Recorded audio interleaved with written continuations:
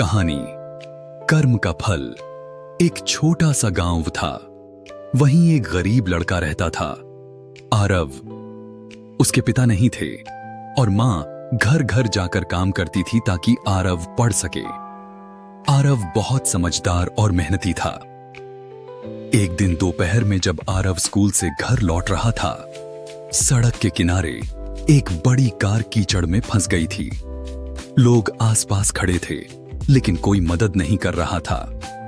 आरव दौड़ कर गया और बिना कुछ सोचे गाड़ी को धक्का देने लगा।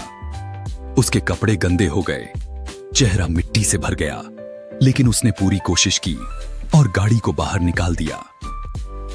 गाड़ी का शीशा नीचे हुआ। एक अमीर आदमी अंदर बैठे थे। उनका नाम था मिस्टर कपूर। उन्होंने मुस्कुराते हुए कहा, बेटा, तुम बहुत अच्छे हो। क्या तुम इसी स्कूल में पढ़ते हो? आरव बोला, हां सर, लेकिन कभी कभी फीस न होने की वजह से स्कूल नहीं जा पाता। मां बहुत मेहनत करती हैं, पर सब खर्च नहीं उठा पाती। मिस्टर कपूर कुछ देर सोच में पड़ गए, फिर बोले, बेटा, अब से तुम्हारी पढ़ाई का सारा खर्च मैं दूंगा। तुम्हें बस मन लगाकर पढ़ना है। आरव की आंखों में खुशी के आंसू आ गए। उस दिन से उसकी जिंदगी बदल गई। सालों बीत गए। आरव ने खूब मेहनत की और एक दिन वह डॉक्टर आरव बन गया। वह अब गरीब लोगों का मुफ्त इलाज करता था। एक रात अस्पताल में एक बुजुर्ग आदमी को लाया गया। उनका एक्सीडेंट हुआ था और हालत बहुत गंभीर थी। डॉक्टरों ने कहा, इनका ऑपरेशन करना होगा, लेकिन बहुत पैसा लगेगा और खून की जरूरत है। कोई मदद करने नहीं आया। तभी डॉक्टर आरव वहां पहुंचा।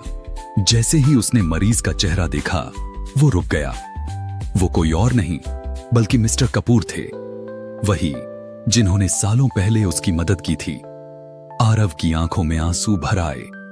उसने तुरंत कहा, इनका ऑपरेशन मैं करूंगा और जो भी खर्च होगा मैं दूंगा। उसने अपना ही खून दिया और ऑपरेशन शुरू किया। कई घंटे बाद ऑपरेशन सफल हुआ। जब मिस्टर कपूर को होश आया, उन्होंने देखा कि सामने वही आरव खड़ा है।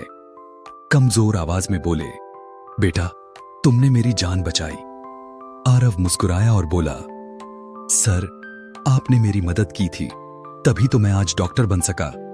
आपने जो भलाई की थी वही आज आपके पास लौट आई है।